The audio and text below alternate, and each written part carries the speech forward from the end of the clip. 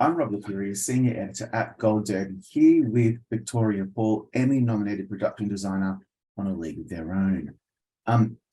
Victoria, for A League of Their Own, you were tasked with recreating American life in the 1940s. So how much did you need to adhere to the original film's aesthetic, and how much were you free to kind of go in a different direction while still maintaining some authenticity? Well, I will say that the original film, the stadium, the grandstand in the original film, all of that was very, very accurate. So in the 40s, there was a whole genre of stadiums, grandstands, ballparks about that size, around 700 feet. I mean, playing baseball was truly a national pastime. I mean, we don't get it. I mean, the only thing I can liken it to is what TikTok is to us today. You know, it was ubiquitous. Everybody did it all the time. Like, people went to the ball game on a Tuesday night, on a Wednesday night. It was very cheap, I think. And it was a pastime. People, you know, were super into it. So that stadium was really accurate. And when we were designing our stadium, we looked at a lot of grandstands about that size, you know, wooden grandstands from several decades earlier than the 40s. Like, that wouldn't have been brand new in the 40s. And they were all, I would say, of a similar ilk. You know, so we feel like we were pretty authentic to the period architecturally, and you know, size-wise and in a lot of other ways, we were very correct. We strove to be period correct throughout. The costumes, what I did, all of it. We tried, you know, we tried to represent that period accurately. It feels so lived into me. And then I read that you designed and created this stadium yourself. I just feel like that's not something that comes up very often, is it, on your dream board? No, it wasn't, but it was a terrific, we were like, wow, we get to build a ballpark. That's awesome. I mean, we went down the road a little bit of trying to obviously, for financial reasons, right, to see if we could find a stadium that was accurate, that we could get to. So we were tasked with going to Pittsburgh. That was a choice that was made, you know, well above my level, right? So there was a stadium in Erie, Pennsylvania, maybe about 4 hours away, that is correct to the period. There was a stadium in Quakertown, Pennsylvania, about 5 hours in the other direction. Both of those drive times obviously were impossible. And we quickly realized that it was not possible for us to go to the stadium for like 2 weeks and shoot all the baseball, or 3 weeks, or whatever it was, because, you know, it's a series. We have different directors, people come, actors come in, you know, people come and go. So we had to shoot it like episodic television is shot. So we soon realized that our only choice was going to be to make our own stadium, that we would have control over the schedule. If it rained one day, if it rained, we could leave, we could come back whenever we needed it, we could schedule it for our show. Wow. I always wonder with production designers like yourself, you know, your background's in the theater, and you're also, you know, I mean, you really started as an artist. How do you make that leap from just working as being a working artist to then working in the entertainment industry? Like, is that something that you were striving to do, or did you kind of fall into it? Talk me through that. Oh, I don't think I was trying. I think I fell into it. I mean, I was, you know, sort of making art. I was living in New York, and someone said, oh, and I had a certain skill set, right, because of that. You know, I knew how to do carpentry and that kind of stuff. And as a job, I got a job at the Public Theater in New York, working in their props making department. And I fell down the rabbit hole of theater. I just fell in love with it. There was a lot about it that, you know, beckoned to me on a lot of levels. And then somebody said to me, you know, there's a school for this sort of thing. And it was NYU, it was the theater design program at NYU, which I pursued, and sort of that was that, you know. Yeah, and then one thing leads to another, and you're designing on major motion pictures, and now on this a show like this. I mean, is it true that when you get a job like this, where you are recreating, you know, a time capsule, so to speak, from a bygone era, is that extremely exciting, or do you find that like something that's really challenging to get right, given that there's so much historical photography and video that we could point to as a way to compare? Oh, it was super exciting, but it's also is hard to get it right. I mean, you need to get all of it right so that none of it rings false. As soon as any of it rings false to the audience, they're outside the story, and then you've lost, right? So what the job is, I think, is to create an entire world that is never questioned, right, by the audience, that they are just in that world through the entirety of the show, right? So that's our job. It's to kind of be a scaffold, right, for the story that never rocks and never is wrong. So to that end, we really do want every detail to be as right as we can.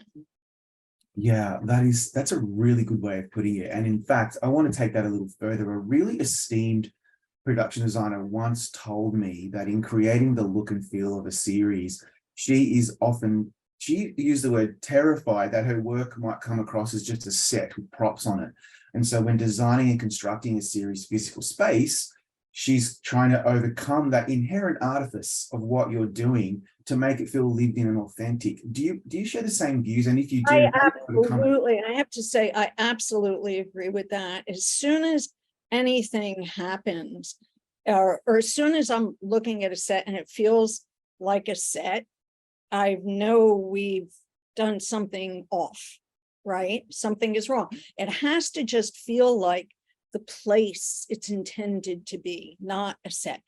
And then you have to step back and say, why does this feel theatrical to me? Why does this feel incorrect? And we sort of go through it. What I often find is that in our, shall we say, desire to hit the right notes about a character in their space, for example, we may reiterate something too often. You know, I mean, a person might be a crazy cat lady, but it doesn't mean every single thing in her place has cat embroidery on it. It might mean she has a couple of cat pillows, but then you know what? She has a bunch of old newspapers stacked up in the corner too, you know. So it's the kind of what we need is the patina of authenticity, right? For someone's space, to make that, whether it's someone's personal space, a business space, or someplace like the grandstand where we built it, it was brand new. And then the painters spent weeks upon weeks sanding and aging and scraping and putting, you know, sort of sun bleaching the parts that were not under the cover. We had a couple of sections that were like the cheap seats that didn't have a roof over them, sun bleaching that stuff. And, you know, all of a sudden what you're looking at is an artifact that honestly looks like it is 80 years old, you know, or 100 years old. I'm so glad you raised that, because I really wanted that. When preparing for the interview, when I watched the series, I really wasn't paying much attention. I was so invested in the characters, which is great. That's what you want to hear. Right, that's the goal. Of course, going back and looking at your work, I thought to myself, there's no way they built that stadium, because it looks so used and slightly dilapidated, a bit ramshackle. I noticed the sun bleaching. So it's so interesting that you go to that level. And I guess what I'm trying to get to here is, it's those little touches, isn't it? And does that stuff come with experience, or how do you know all those little tricks of the trade to make something look and feel so real and lived in? Well, I do think it's experience, and I also think it's the experience of the entire team. My, you know, the head of my paint department, he was brilliant, and he had a great team, and they all, I mean, we together knew what had to be done. We were like, you know, okay, guys, we're starting with new wood. What are we going to do? And we went through all of the steps, we do things like pressure wash it to help pop the grain so that when we paint it, there's already grain. So when we sand it, the grain pops out some more, there's a whole bag of technical tricks to do that. And it really is a kind of ongoing conversation between myself, the scenic chargeman, and the actual painters, on a daily basis, like a little more of this, a little less of that. How about this? How about that? That kind of thing. It's a very organic process, but what you need are invested team members. Yeah. As I guess taking that even further, what's the relationship like between production designer and of course the art director and the set decorator? That is absolutely critical. If you don't get that right, sometimes you can kind of tell on screen. Talk me through your experience. Well, my relationship with a set decorator is like, I can't overstate the importance. They are the set, we're partners, the three of us, right? The art director said we're partners in this endeavor. And while I may say we're going that way, and they'll be great. It's the art director's job to say, hey, we can go that way and we can get there, but there's a little bump in the road here. Maybe we should take this little detour. And so that again is a conversation. I was really just so blessed on this show. My art director was Diana Stoughton, who is a friend of 25 years, right? Yeah. And we haven't worked together in a while, but we've been friends for a really long time. She's absolutely brilliant. She's sort of the queen of period. She had just been Oscar nominated for Ma Rainey. So she was a native Pittsburghian. So she knew where to get the goods, which was really so important. And my team of art directors were just brilliant. They were great. Wow. Yeah, it makes such a difference. So I keep hearing that. I want to talk a little bit more about some of the other pieces or sets that you made, because I found the factory floor set really compelling. It's really interesting design. It's not what I was expecting. Normally a factory is just drab and run of the mill and kind of boring, but this, you didn't go in that direction at all. Can you talk me through what was behind some of the choices? It's a beautiful set. Well, thank you, first of all. And I think one of the thing to me that works most and is the key to that set is not the architecture of the space, but what they are making, those amazing silver plain fuselages, right? So because that holds the key to that set in terms of lighting and atmosphere and, a lot of things like that. There's all this like sort of dirty, normal, drab factory space. And then there are these gleaming cylindrical things that reflect the sparks when the women are welding, reflect the shafts of light coming in from the higher clear story windows. So the thing I think that makes that set special is what's in it, is what they're making. And we didn't struggle, but we were not really sure for a while. We knew we had the whole factory story, but we weren't 100% sure what the factory was turning out, right? It was called Rockford Tool and Screw, so it was clearly some kind of machine factory. And in that era, in the 40s, everything like that was turned to war production. So, but it could have been, well, are they making, machine tooled little nuts or little, it could have been anything. And then in doing our research, I came across a series of photos of women making these cylindrical plain fuselages. And I was like, look, everybody, this is it. It was so clear. It's like, this is what our girls have to be making. And so they were big enough and interesting enough to kind of function as architecture in the space, So I think that's what the key to that space is, because the space itself is not a built set. The space itself is an empty building. Yeah, that you then have to adapt. And right. You get cameras in there and crew and everything else. Like there's so much that you have to think about. It's a lot. And Um, also, we looked for that space for a really long time. We had a factory that we loved that had sort of just shut down, but still had some really older machining parts in it and could have worked. And we lost it sort of at the last minute because it was sold and it got sucked into the ether of who owns it, right? So so we couldn't do it, and we were like scratching our heads, and then we went, wait a minute, our offices are in this old warehouse.